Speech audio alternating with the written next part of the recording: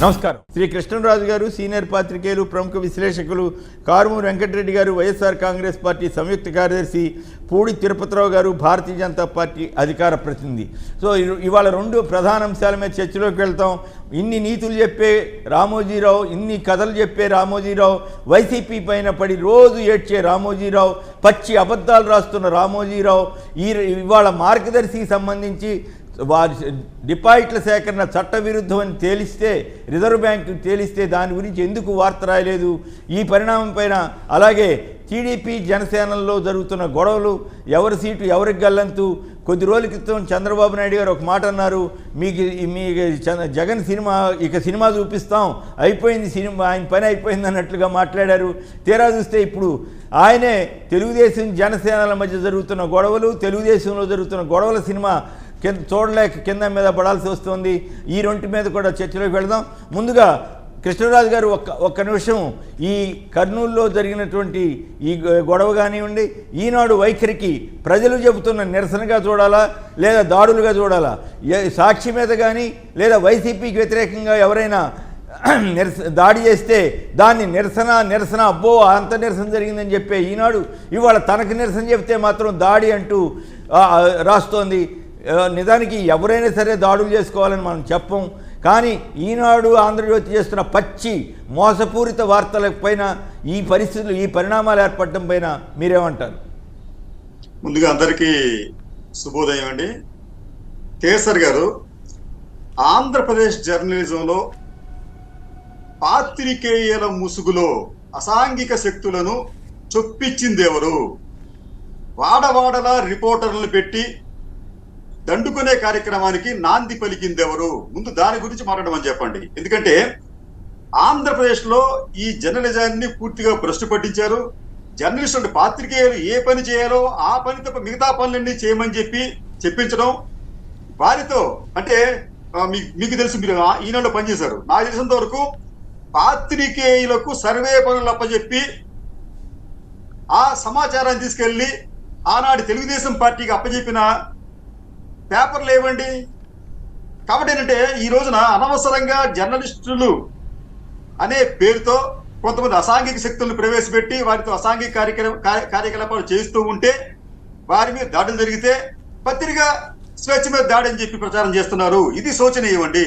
నిజమైన జెనైన్ పాత్రికేయుల మీద దాడి జరిగితే ఇది మనం ఖచ్చితంగా అందరూ ఖండించాల్సిందే.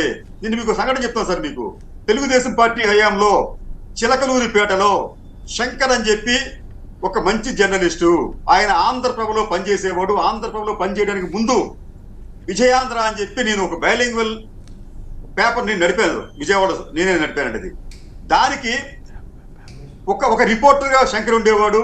అద్భుతంగా రాసేవాడు అండి ఆయన, చక్కటి కథనాలు, అంటే ఇన్వెస్టిగేటివ్ స్టడీస్ కూడా రాసేవాడు. అటువంటి వ్యక్తి మా పత్రిక మూతపడిన తర్వాత ఆంధ్రప్రభలో జాయిన్ అయిన తర్వాత ఆంధ్రప్రభలో కూడా అతను ఆనాటి తెలుగుదేశం పార్టీ స్థానిక నాయకులకు వ్యతిరేకంగా మంచి స్టోరీస్ రాస్తూ ఉంటుంటే అతన్ని దారుణంగా చంపారు. దాని మీద విచారణ లేదు, ఏమీ లేదు. ఆ రోజున నేను కూడా స్వయంగా చిలకలూరిపేట వెళ్ళి ధర్నా చేయడానికి ప్రయత్నిస్తే మా ధర్నాని కూడా ఆనాటి తెలుగుదేశం పార్టీ నాయకులు, పోలీసులు భగ్నం చేశారు. ఇది చరిత్ర ఒకసారి చూసుకోమని చెప్పండి. అంటే పత్రికా విలువలను కాలరాసి పాత్రికేయ ముసుగులు అసాంఘిక శక్తులను ప్రోత్సహించి దానినే ఎవరన్నా దాడులు చేస్తే పత్రికా స్వేచ్ఛ మీద దాడి చేయటం అనేది చెప్తున్నారు.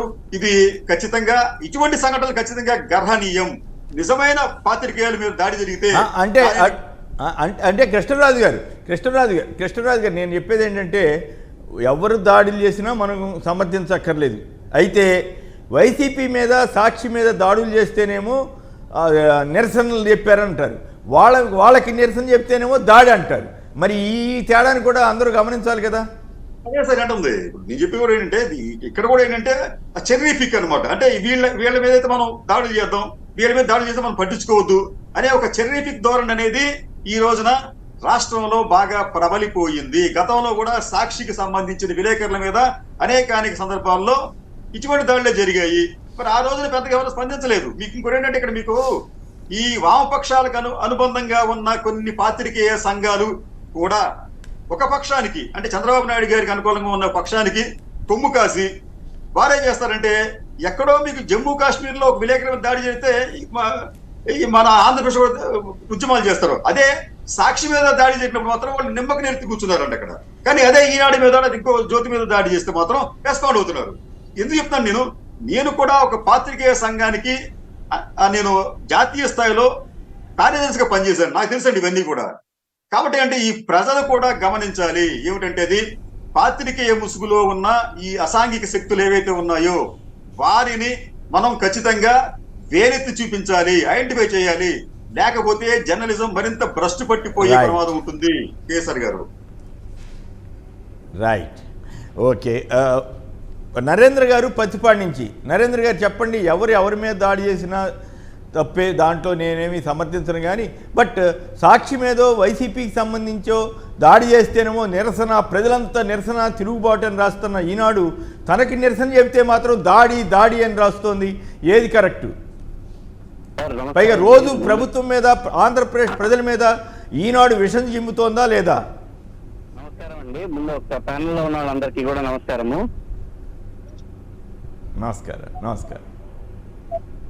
మాట్లాడ ఇక్కడ ఏం జరుగుతుందంటే, ఇక్కడ మామూలుగా వాళ్ళు పత్రిక అది మర్చిపోయి టీడీపీ పార్టీ వాళ్ళలాగా చేస్తున్నారు సార్. అది ఇప్పుడు రాజకీయాల్లో మనకి ఏంటో చూసారా, మన ఒకరికొకరికి చెప్పుకుంటుంటారు చూసారా. ఇప్పుడు ఒకరు కామెంట్ చేస్తే రెండో కామెంట్ చేయడం, అట్లా ఇది వైఎస్ఆర్ పార్టీకి టీడీపీ పార్టీ లాగా రెండు పత్రికలు ప్రవర్తిస్తున్నాయి.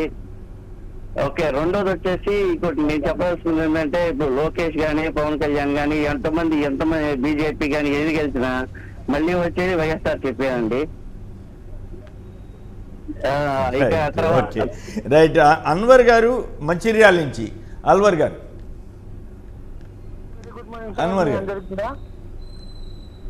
ప్యానెల్లో ఉన్న పెద్దలందరికీ కూడా గుడ్ మార్నింగ్ అండి.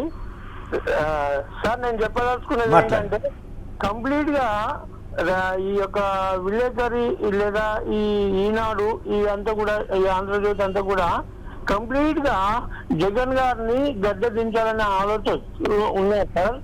కానీ వాళ్ళంతా ఎంత ఆలోచించి ఎన్ని రకాలుగా అబండాలు వేసినా కానీ గెలిచేది జగన్ గారండి. నేను మంచిర్యాల డిస్ట్రిక్ట్ నుంచి మాట్లాడుతున్నా. నేను చాలా సంతోషం సార్ ఈ దినంతో మీతో మాట్లాడడానికి నాకు ఈ లైన్ దొరికింది. రైట్.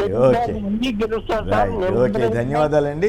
అయితే ఇక్కడ పాయింట్ ఏంటంటే, మామూలుగా తెలుగుదేశం వైసీపీ నేతలు విమర్శలు ప్రతి విమర్శలు చేసుకుంటే పర్వాలా, కొన్ని అభ్యంతరకర పదాలు వాడుకుంటారు, ఏదో కింద మీద పడుతుంటారు. కానీ ఇప్పుడు రామోజీరావు గారే జగన్ గారిని జిత్తులు మారని అదని తెలుగుదేశం వాళ్ళకంటే హీనంగా, ఘోరంగా, దారుణంగా, నీచంగా మాట్లాడుతున్నాడు. ఆయన నీచంగా మారిపోయాడు. ఆయన ఏమిటి దరిద్రం? రోజు పొద్దున్నే నాకైతే చేదరేస్తూ ఉంది. ఈ దరిద్రాన్ని మనం రోజు ఈ ఎలక్షన్ దాకా భరించక తప్పదేమోనని. ఇక మరో అంశంలోకి వెళదాం. మార్గదర్శి డిపాజిట్ల సేకరణ చట్టవిరుద్ధమని ఆర్బీఐ స్పష్టంగా నివేదిక చెప్పింది. ముందుగా తిరుపతిరావు గారు చెప్పండి, మార్గదర్శి డిపాజిట్ల సేకరణకు సంబంధించి ఈ వచ్చిన నివేదిక మీద, సరే ఈనాడు రాసుకోలేదు, ఆంధ్రజ్యోతి వాళ్ళు సపోర్టింగ్ చేసే పేపర్లు ఏవి రాయలేదు అనుకోండి, బట్ మీ అభిప్రాయం ఏమిటి? దాని మీద మీరేమనుకుంటున్నారు?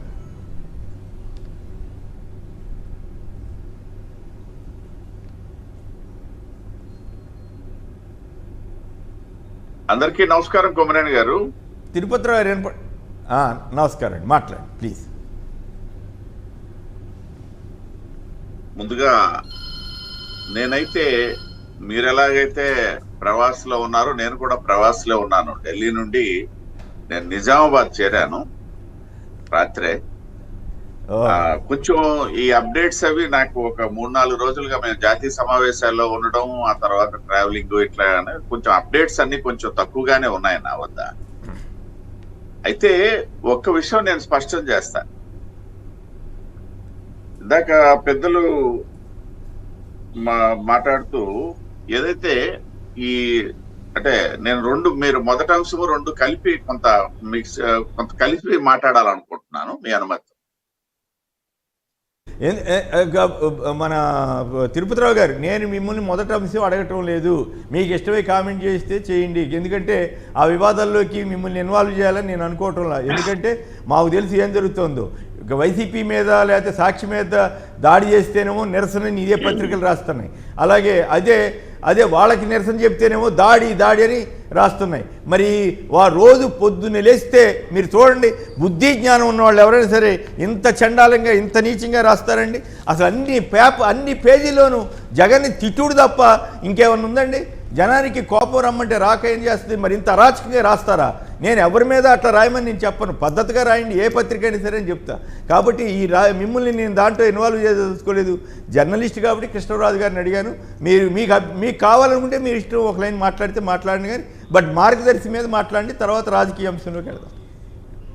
ఏం లేదు, దాన్ని నేను ఇప్పుడు ఉదాహరణకి నేను ఇవాళ ఇక్కడ అంటే ఒక ఎడిషన్ కూడా మారిపోతుంది భావం. నేను ఉన్నది తెలంగాణలో. తెలంగాణ ఎడిషన్ చూస్తే ఇక్కడ పరిస్థితులు వేరు. ఒక ప్రయారిటీ ఉంటుందన్నమాట. కాంగ్రెస్, బీజేపీ, మళ్ళీ ఏదైతే టిఆర్ఎస్. అంటే చెప్తున్నా, ఈ రాష్ట్రంలో అటువంటిది కనబడట్లేదు. ఒకవేళ నేను ఇంకా ఆ పేపర్ చూడలేదు, ఆన్లైన్ లో కూడా ఇంకా చూడటం జరగల. సో ఇవి ఒక విషయం అండి.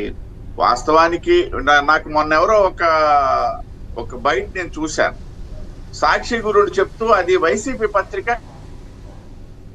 ఉంది అలా అని చెప్పేసి మిగతా పత్రికలు ఏమి తెలుగుదేశం తాలూకు పత్రికలు కావు కదా అని చెప్పారు. నేను అంగీకరిస్తాను, అది డెఫినెట్ గా అలా ముద్ర వేసుకునేటప్పుడు ఆ విధంగా వెళ్ళిపోవచ్చు, తప్పేం లేదు. సరే, అంశం అక్కడితో విడిచిపెడతాం. రెండోది మార్గదర్శికి సంబంధించి అయితే గతంలో కూడా మనం చర్చించుకున్నాం. ఒకటి, ఈ రాష్ట్రంలో మార్గదర్శి ప్రారంభమైన తర్వాత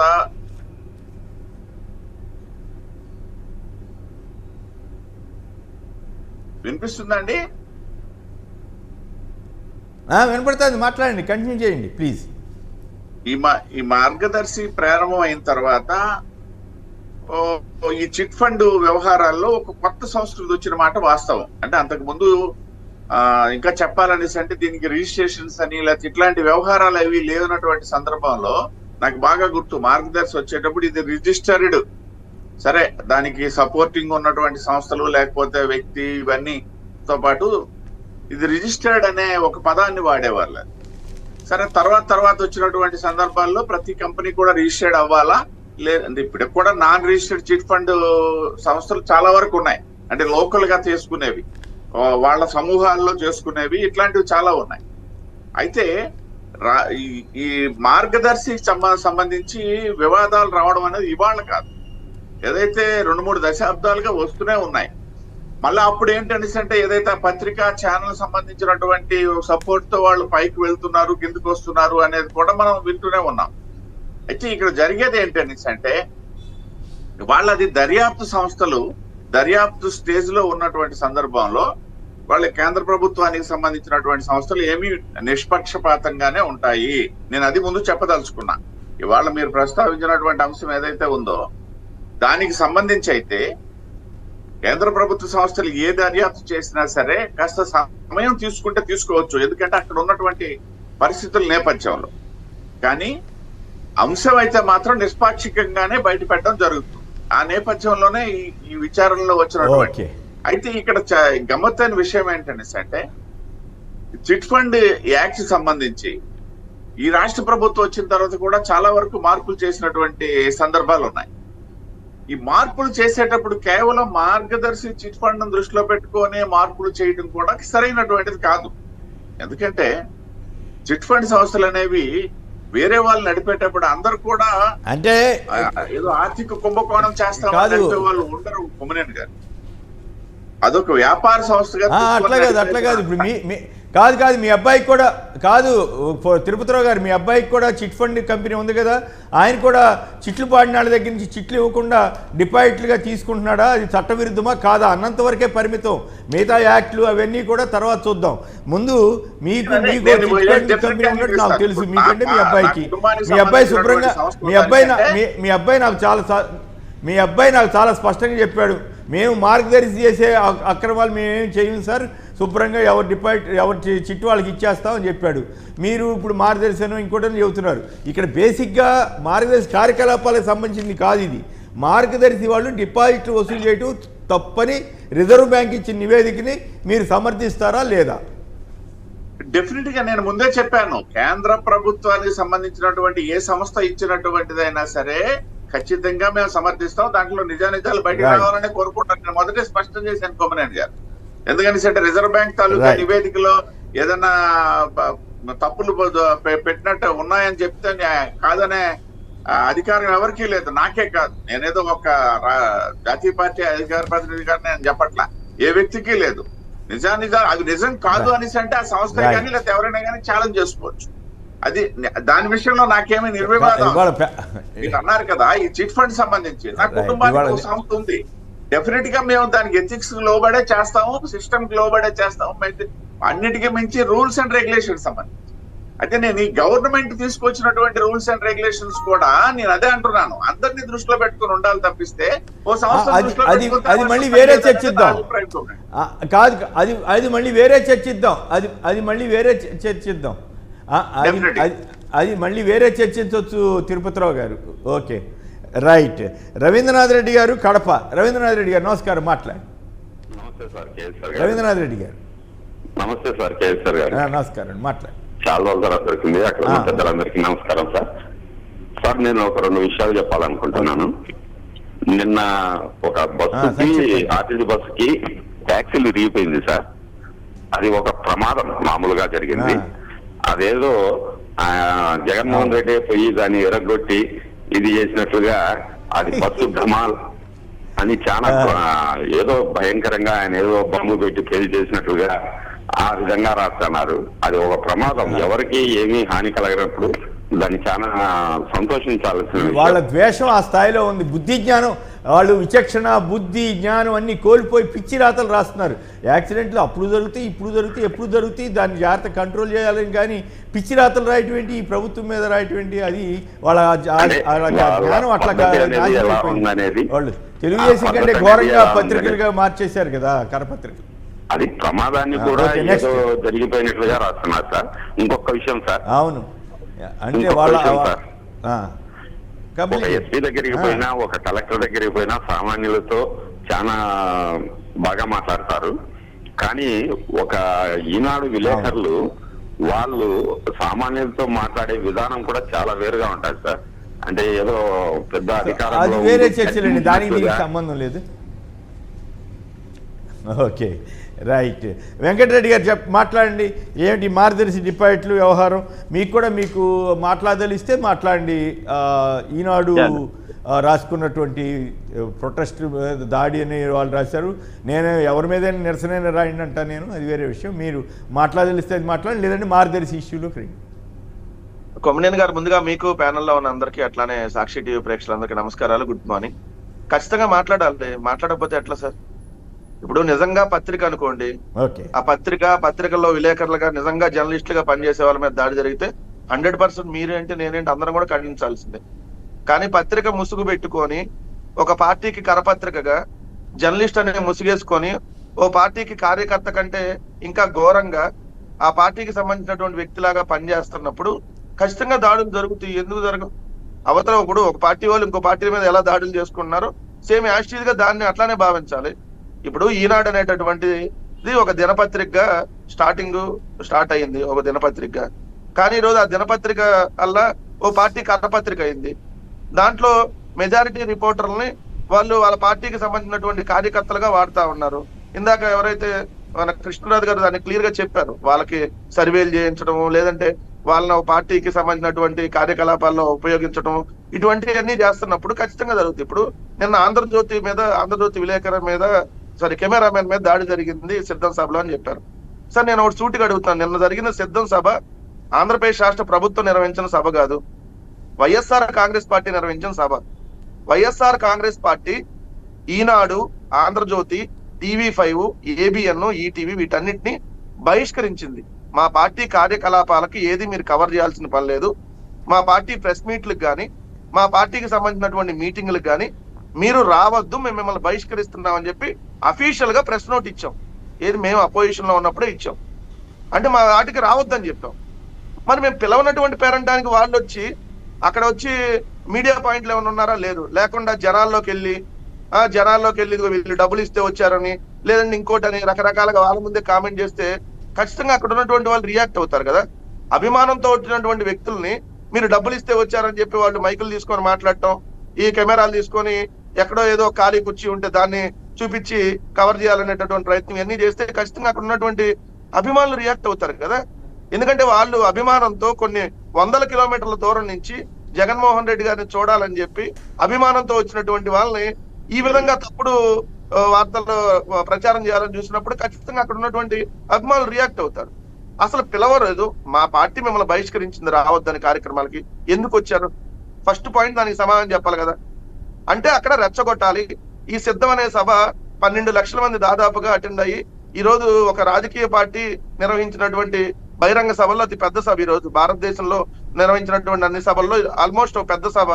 ఇంత సభలో అది అయిపోయింది. ఇప్పుడు నిన్న కర్నూలు గొడవ మీద ఈనాడు వాళ్ళు హాఫ్ పేజ్ వేసి మొత్తం గందరగోళం అయిపోయినట్లు ప్రపంచం తలకిందులు అయిపోయినట్టు సీరియస్ గా వార్త రాస్తే పర్వాలా.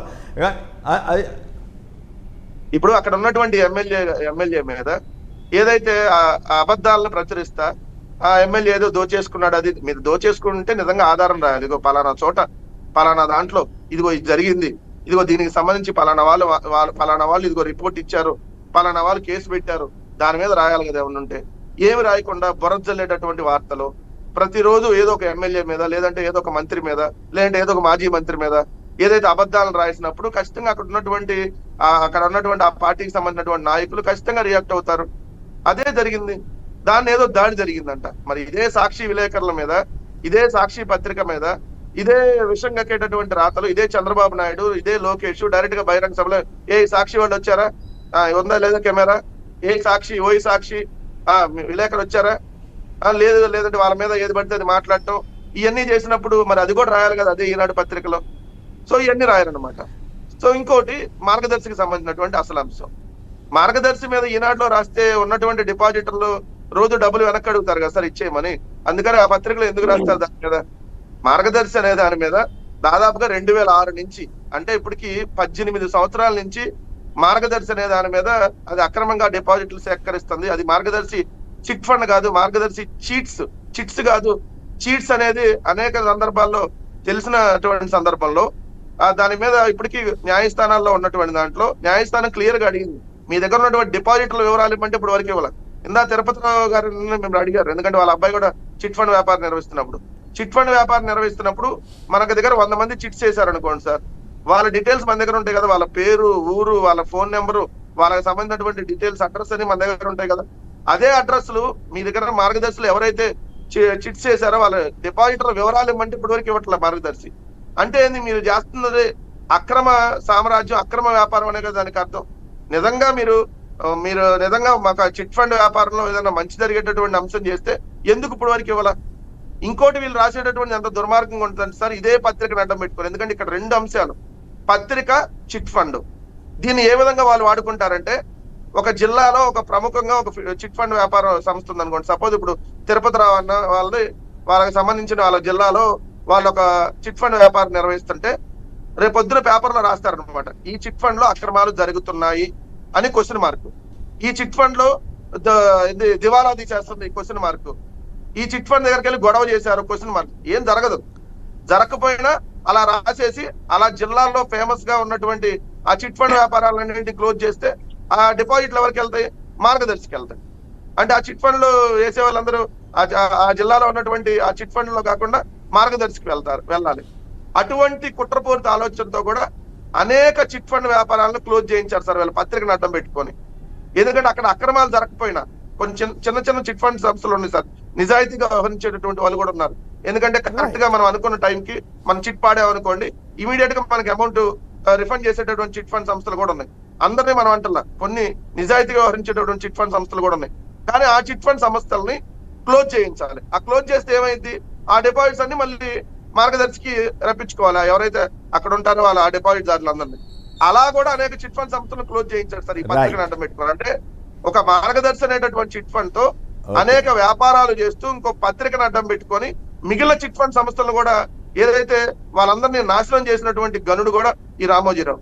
సో ఇన్ని రకాల అక్రమాలు జరుగుతుంటే మరి ఈ రోజు సుప్రీంకోర్టు నిజంగా దాన్ని RBI చెప్పింది, రిజర్వ్ బ్యాంక్ ఆఫ్ ఇండియా, దీంట్లో అక్రమాలు జరిగినాయి అని చెప్తే చిన్న వార్త కూడా వాళ్ళ దగ్గర రాలేదని అంటే ఏ విధంగా మీరు పత్రిక విలువలు పాటిస్తున్నారు?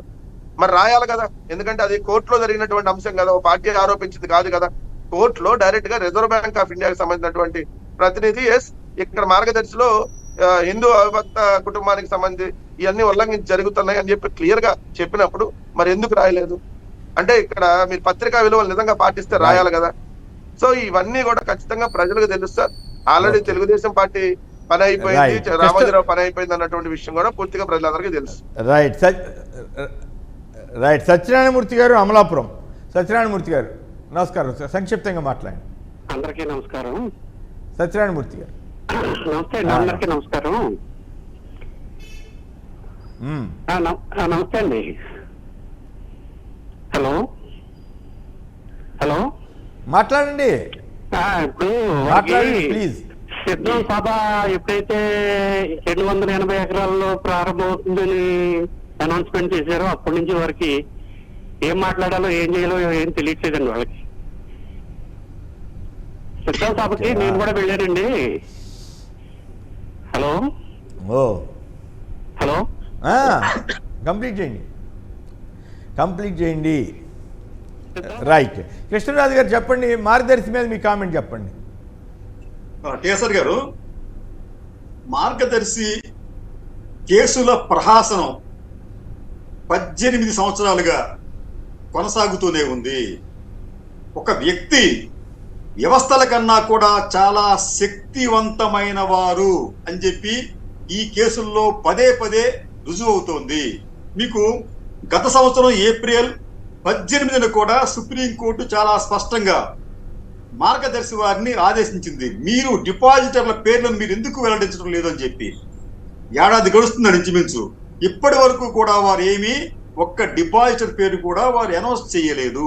ఇంకో విచిత్రమైన విషయం ఏంటంటే ఈ కేసులో అంటే 18 సంవత్సరాల నుంచి కొనసాగుతున్న ఈ ప్రహాసనంలో రిజర్వ్ బ్యాంక్ ఆశ్చర్యకరంగా ఇప్పుడు నోరు విప్పారండి వాళ్ళు.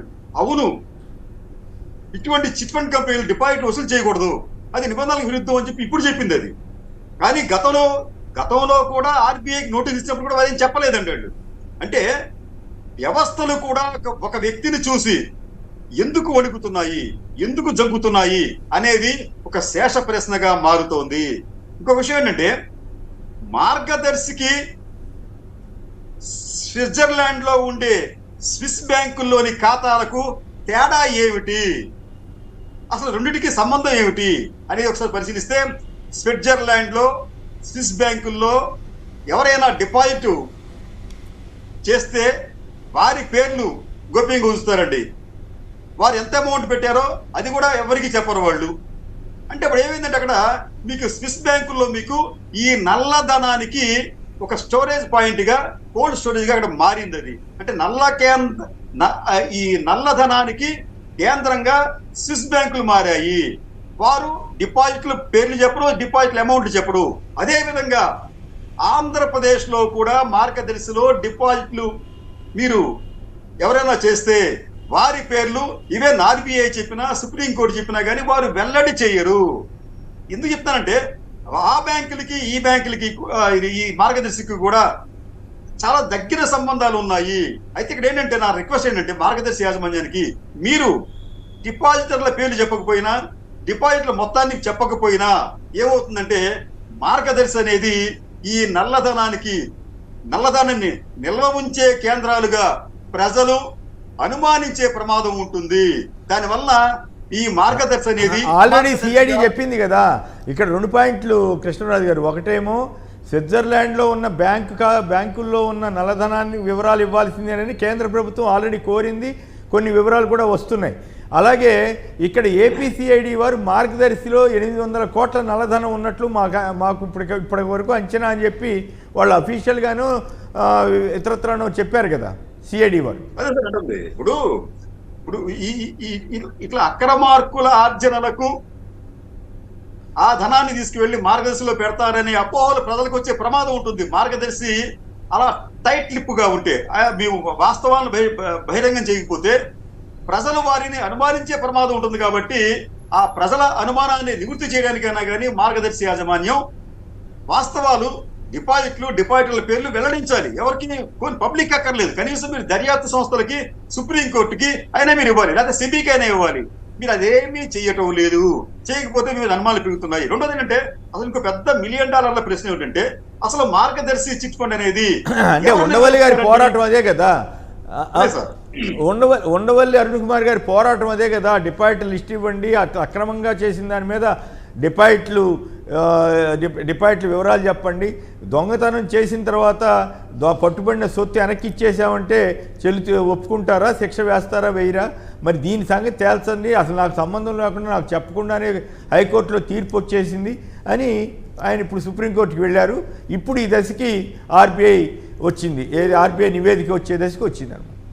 అదే సార్, ఆర్బీఐ నివేదిక వారు ఈ రోజు కళ్ళు తెరవడం విశేషం అండి. అక్కడ ఇది ఇప్పుడు మిగతా కేసుల్లో మాత్రం వాళ్ళు మీకు సహారా ఉందండి, సహారా మీద సెబీ వాళ్ళు, సుప్రీంకోర్టు వాళ్ళు, ఆర్బీఐ వాళ్ళు మీద పడిపోయి వారితో డబ్బులు కట్టించారు. మరి అదే విధానాన్ని మరి ఇతర సంస్థలు కూడా వారు దాన్ని వాళ్ళు ఇంప్లిమెంట్ చేయాలి కదా, వారు చేయరు. ఇంకొక శాశ్వత మనం అనుకున్నట్టు ఈ మార్గదర్శి అనేది ఏ యాజమాన్య సంస్థ నిర్వహిస్తోంది అంటే ఒక వ్యక్తితో కూడిన యాజమాన్యం అంటే ప్రొప్రైటరీ కన్సర్నా, లేకపోతే హిందూ అవిభక్త ఫ్యామిలీకి సంబంధించిన యాజమాన్య సంస్థ అనేది కూడా క్లారిటీ లేదు అక్కడ. ఈ చట్టాలు ఏమో మాకు వర్తించమని చెప్పి కూడా మార్గదర్శి వారు పదే చెప్తున్నారు. కాబట్టి ఏంటంటే ఈ మిస్టరీని తొలగించాలి అంటే ఇది మార్గదర్శి వల్లనే సాధ్యమవుతోంది. మార్గదర్శి వారు వీలైతే ఈనాడులో ఫుల్ పేజీ వివరణ ఇచ్చి దీనికి సంబంధించి ప్రజలకు ఉన్న అనుమానాలను నివృత్తి చేస్తే బాగుంటుంది అనేది నాలాంటి సాధారణ పౌరుల ఆకాంక్ష. రైట్. రాజు పెద్దపల్లి నుంచి. రాజు గారు నమస్కారం, మాట్లాడండి. నమస్కారం కొమ్మినేని గారు. రాజు గారు నమస్కారం కొమ్మినేని గారు. నమస్కారం, మాట్లాడండి. అది నాది కూడా ముందు 50,000 చిట్టు ఉంది సార్. అది ఒక దాదాపుగా 2001, 2005 ఈ మధ్యలో ఒక చిట్టు ఉండే నాది 50,000 చిట్టి. నేను కూడా ఇట్లా పాడుకుంటే 3 షూరిటీలు అడిగిండు. 3 షూరిటీ ఇచ్చినాక 3 నెలలు ఆపేరు. 3 నెలల తర్వాత నాకు ఆ అమౌంట్ చేతికి ఇచ్చారు.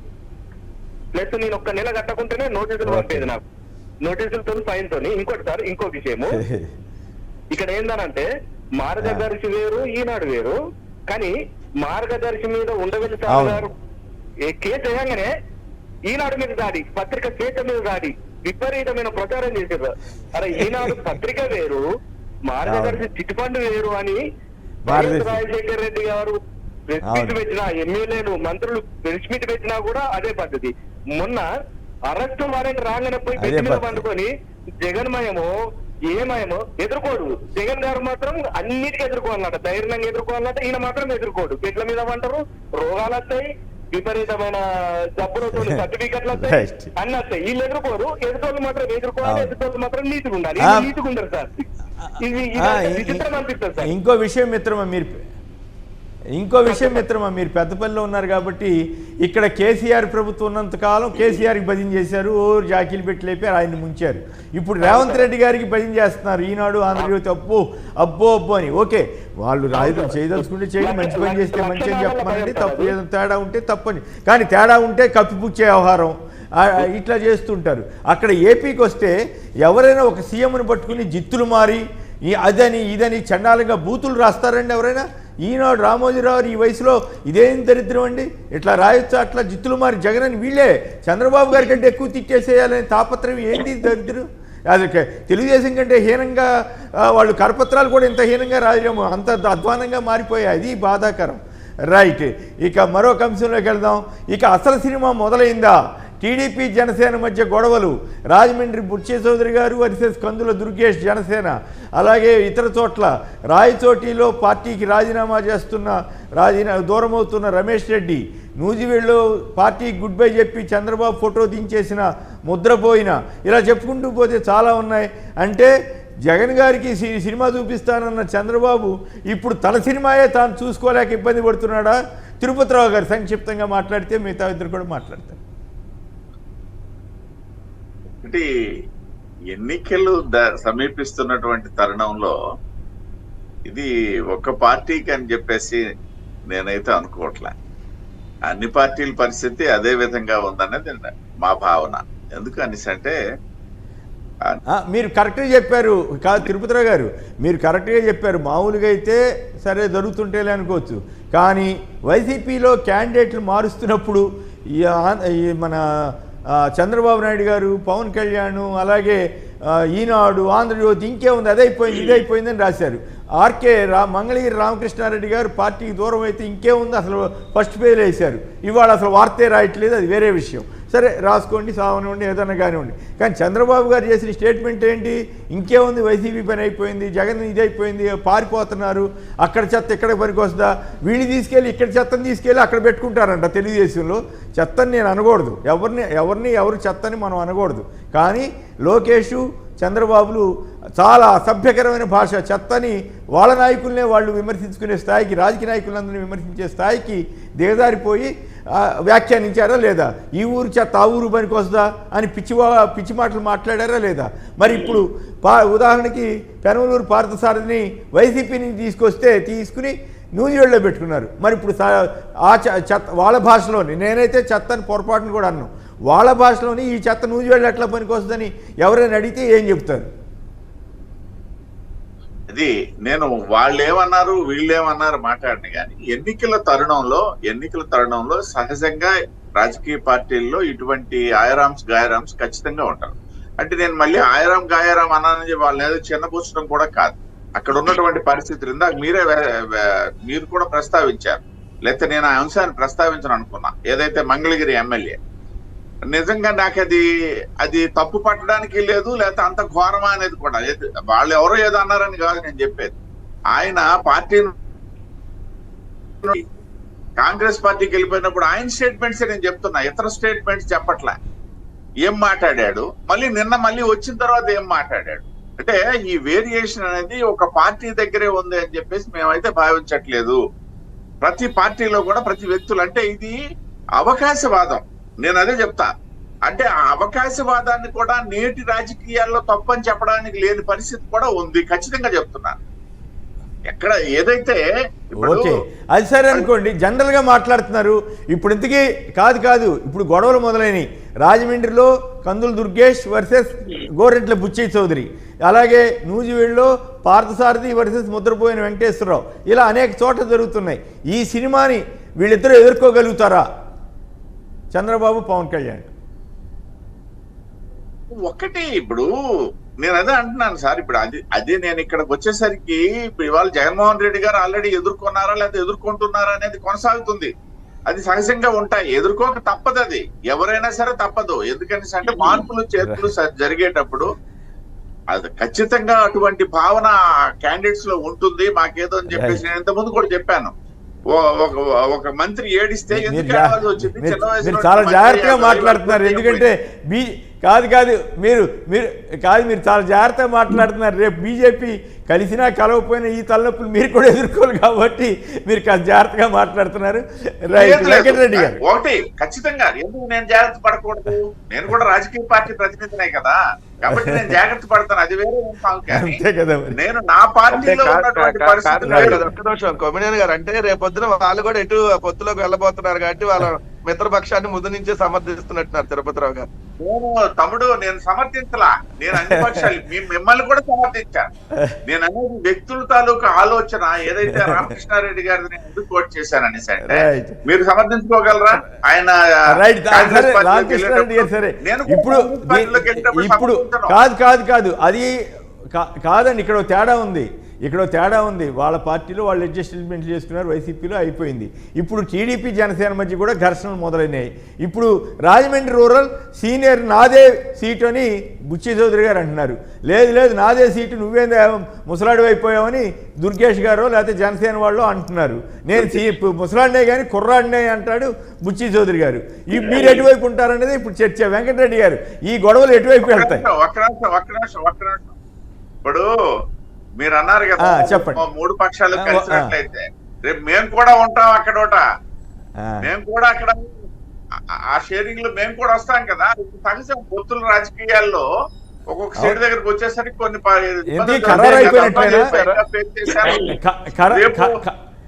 ఖరారైపోయినట్లయినా పొత్తు. వెంకటరెడ్డి గారు ఏదో అన్నారు కానీ ఖరారైపోయినట్లయినా పొత్తు. యాజ్ ఆన్ డేట్ నేను ఢిల్లీ నుండే వస్తున్నాను కాబట్టి ఆంధ్రవేలో ఉన్నాను కాబట్టి చెప్తున్నాను కొమ్మినేని గారు, ఇప్పటి వరకు పొత్తుల గురించి భారతీయ జనతా పార్టీ అధిష్టానంలో చర్చే లేదు. ఇక మీదట ఉంటే నేను చెప్పగలను తప్పిస్తే ఇప్పటి వరకు మాకు అక్కడ స్పష్టం చేసింది కూడా అదే.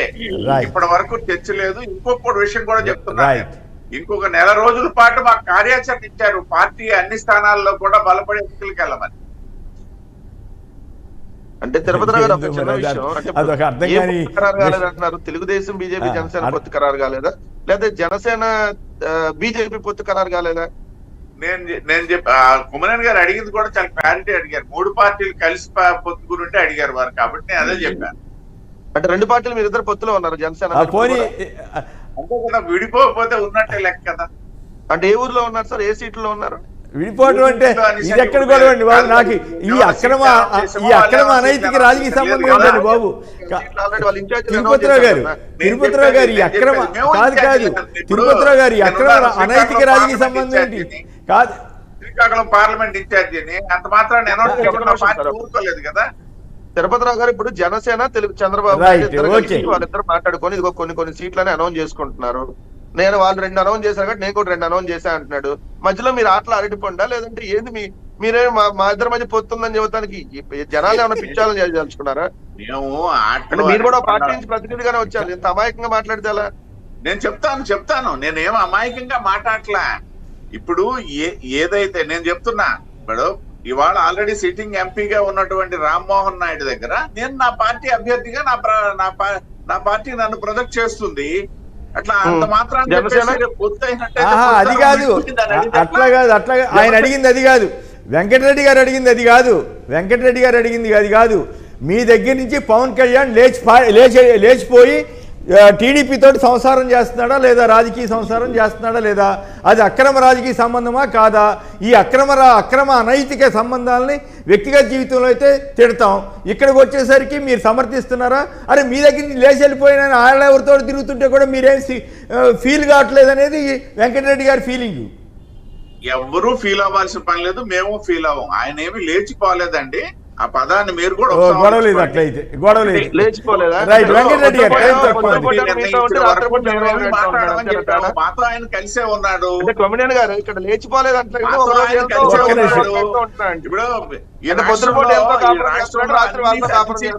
బలంగా ఉన్నామని మేము చెప్పలేం కదా. తిరుపతిరావు గారు ఆగండి, తిరుపతిరావు గారు అంటే లేచిపోలేదు కానీ చంద్రబాబు నాయుడుతో కాపురం చేస్తుంటే రాత్రిపూట మీతో, లేదంటే పొద్దున పూట మీతో, రాత్రిపూట వాళ్ళతో, ఓ పూట పొద్దున పూట మీతో, ఓ పూట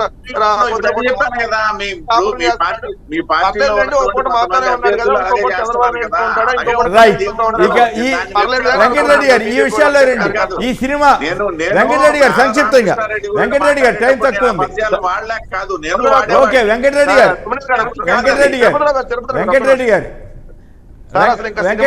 ఒక్క నిమిషం. వెంకటరెడ్డి గారు ఈ సినిమా రైట్, బుచ్చి చౌదరి గారా, కందులు దుర్గేష్? అసలు వాళ్ళిద్దరం కదా ఇంకోళ్ళకి బీజేపీ అది కూడా చూడాలి కదా మనం.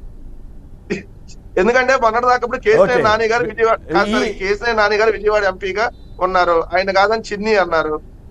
సరే, చిన్ని గారు కాదు రేపు పొద్దున సుజనా చౌదరి అంటున్నారు బీజేపీ పొత్తులోకి వెళ్తే. అంటే దీనికి అర్థం ఏంటి? అసలు ఇంకా సినిమానే స్టార్ట్ కాలేదు, అసలు సినిమా ముందు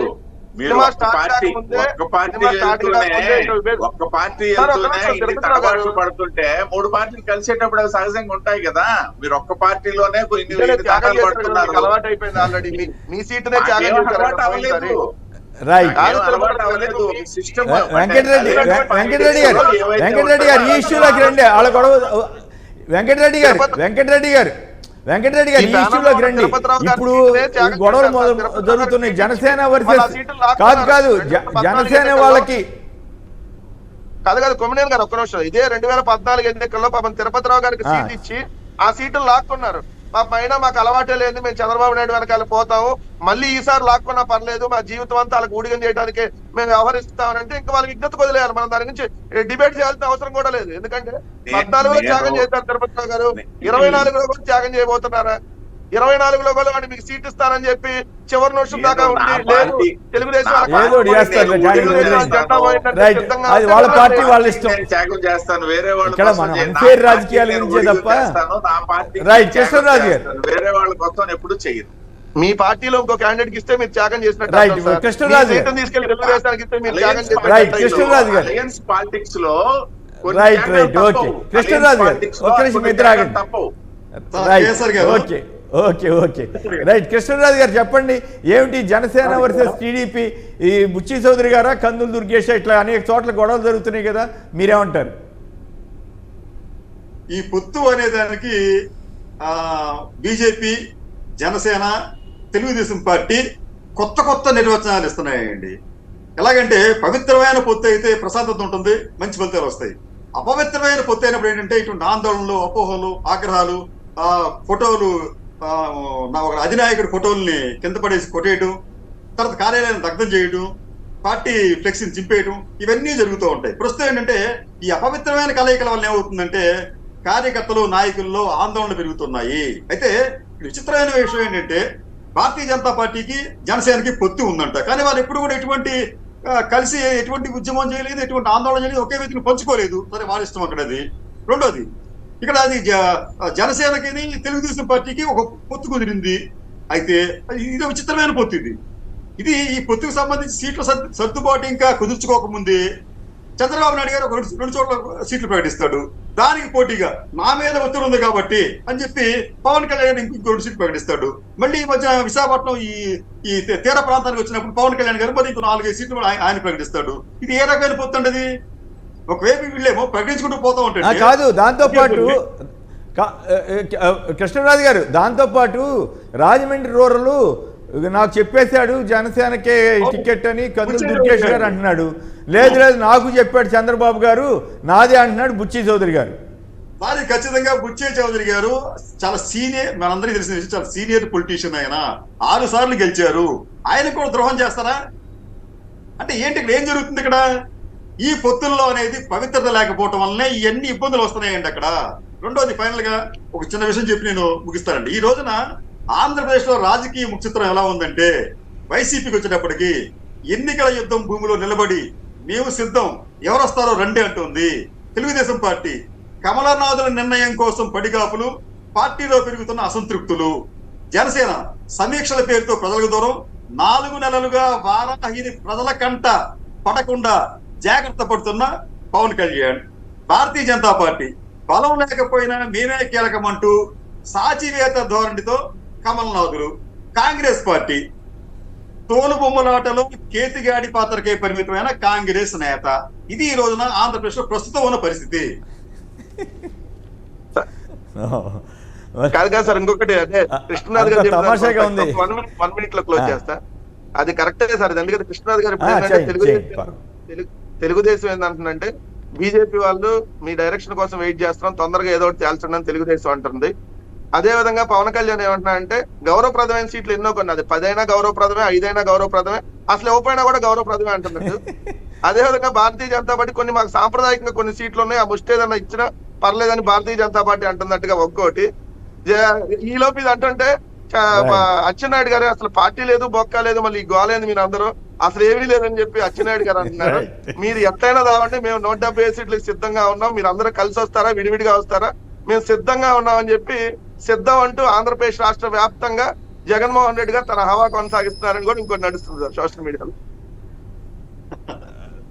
రైట్, కృష్ణరాజు గారు, కారుమూరి వెంకటరెడ్డి గారు, పూడి తిరుపతిరావు గారు, అందరికీ కూడా ధన్యవాదాలు. ఇది నేటి వార్తా విశ్లేషణ కార్యక్రమం. నమస్కారం.